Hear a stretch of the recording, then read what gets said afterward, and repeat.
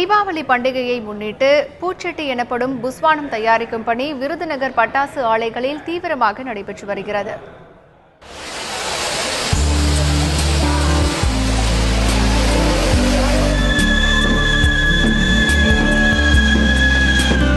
பல வண்ணங்களில் தீப்பொறிகளை பூக்களாய் தூவும் பூச்சட்டி, புஸ் என்ற இரைச்சலுடன் வண்ண சிதறல்களை அள்ளி தெளிக்கும் இந்த புஸ்வானம் சிறுவர்கள் பெரியவர்கள் என அனைவரையும் மகிழ்விக்கும். தீபாவளி பண்டிகை வருகிற அக்டோபர் மாதம் 29ஆம் தேதி கொண்டாடப்பட உள்ளது. பண்டிகை நெருங்குவதை முன்னிட்டு இந்த புஸ்வானங்களின் தயாரிப்பு பணியும் பட்டாசு ஆலைகளில் தீவிரமடைந்துள்ளது. சட்டி கூடுக்கு மண் வைக்கிறோம், தூர் மண் வைக்கிறோம். அவங்க அடைச்சு அங்கிருந்து கூடு ஓட்டு தந்து அப்புறம் இவங்க அடைச்சு லோடு பண்ணி அப்புறம் எங்களுக்கு தருவாங்க. நாங்கள் அதை அடைப்போம், அதில் தூர் மண் வைப்போம். சிறியது முதல் பெரிய அளவில் special, deluxe, giant, sizzling star என புஸ்வானம் தயாரிக்கப்பட்டு வருகிறது.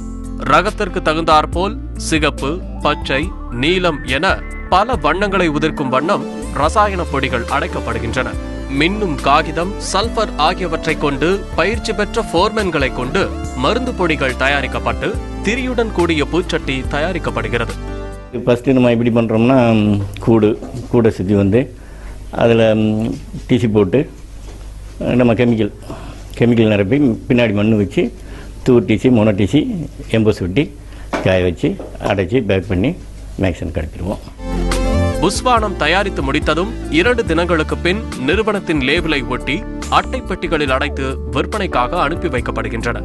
விருதுநகர் மாவட்டத்தில் உள்ள 800க்கும் மேற்பட்ட உரிமம் பெற்ற பட்டாசு ஆலைகளில் இந்த வகை மத்தாப்புகள் தயாரிக்கப்படுகின்றன. தந்தி செய்திகளுக்காக விருதுநகர் மாவட்டத்திலிருந்து மைதீன் ஷாகுல் ஹமீத்.